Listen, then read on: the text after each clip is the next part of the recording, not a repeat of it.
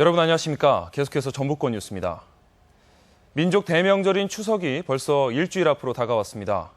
미리 사두면 좀 쌀까 싶어서 장을 보러 나온 주부들로 전통시장과 마트가 붐비고 또 여행을 준비하는 가족들은 일찌감치 성묘에 나서기도 했습니다. 휴일의 표정, 이경희 기자가 전해드립니다. 여름 내 무성하게 자란 자풀을 정성스럽게 정리합니다. 온 가족이 함께 모일 기쁜 추석을 생각하며 부모님의 묘소를 단장합니다.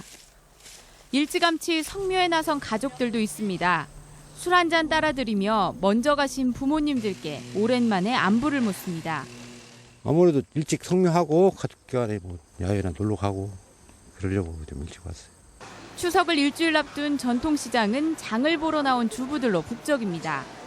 조상님께 올릴 차례상이라 꼼꼼히 살펴보며 원하지 않은 걸로 고르고 또 고릅니다. 좀 쌀까 싶어가지고 딱딱 치면 좀 비싸잖아요. 멋이더니. 그러니까 미리 여유 있게 사느라고 나왔습니다. 올해 추석 차례상 비용은 전통시장이 19만 6천 원, 대형 유통업체는 27만 6천 원으로 지난해보다 4.5%가량 올랐습니다. 과일과 일부 야채는 가격이 떨어졌지만 육류와 생선이 크게 오르면서 전반적으로는 가격이 상승했습니다. 좀 과일은 싸고 다른 건 거의 다 올랐어. 오르기만 하는 물가에 올해도 명절 준비가 만만치 않지만 풍요로운 한가위를 기다리는 설레는 마음이 가득한 휴일이었습니다. MBC 뉴스 이경입니다. 전북교육청이 최근 3년 동안 시도교육청 평가에서 최하위를 기록했습니다. 교육부의 전국 시도교육청 평가에서 전북교육청은 지난해에 이어 올해도 2년 연속 꼴찌를 기록했고 지난 2013년에도 전국에서 두 번째로 낮은 평가를 받았습니다. 3년 연속 최하위권에 머물고 있는 전북교육청은 학교 내실화나 학교폭력, 교육 수요자 만족도에서도 낮은 평가를 받은 것으로 분석됐습니다. 백제 유적지구의 국가 예산이 대폭 삭감돼 내년 사업 추진이 더뎌질 전망입니다. 전라북도는 세계유산 등재 결정 이후 문화체육관광부와 문화재청에 신청한 국가 예산 237억 원 가운데 절반인 102억 원만 정부 예산안에 반영됐다고 밝혔습니다. 특히 127억 원을 신청한 익산 고도 보존 육성 사업은 25억 원만 포함됐고 서부내륙권 광역관광개발 사업 62억 원은 전액 삭감돼 세계유산 등재 첫 해부터 사업 추진에 난항이 예고됩니다. 무단 횡단하던 보행자를 피해 승용차가 급정거하면서 오중 추돌 사고가 났습니다. 어제 오후 7시 반쯤 완주군 이서면의 한 아파트 앞 도로에서 47살 이모 씨가 몰던 승용차가 급정거하면서 뒤따르던 차량 4대가 잇따라 추돌했습니다. 이 사고로 길을 건너던 87살 박모 씨가 중상을 입었고 차 안에 있던 42살 강모 씨 등 8명도 다쳐 병원으로 옮겨졌습니다. 군산 전북대병원 예정지인 백석제는 높은 환경적 가치가 뒤늦게 확인되면서 병원 측이 환경 영향 평가를 다시 검토하고 있습니다.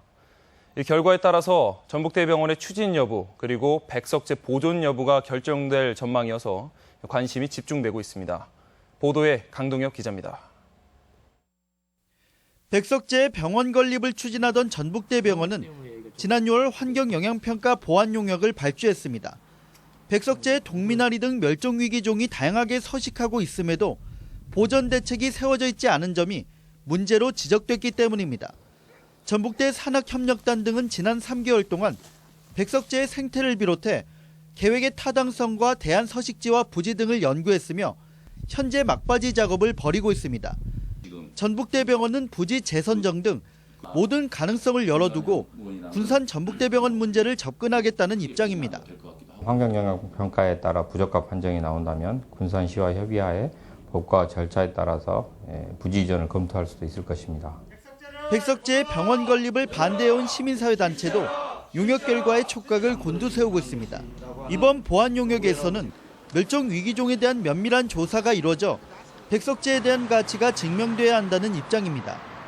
멸종위기종이 여러 종이 서식하고 있고 백석제의 생물 다양성이 아주 높은 것으로 드러났기 때문에 다른 대안 부지를 검토하는 것이 다음 달 초쯤 최종 용역 결과가 새만금 환경청에 전달될 예정인 가운데 보전과 개발의 갈림길에 선 백석제의 운명이 어떻게 판가름 날지 주목됩니다.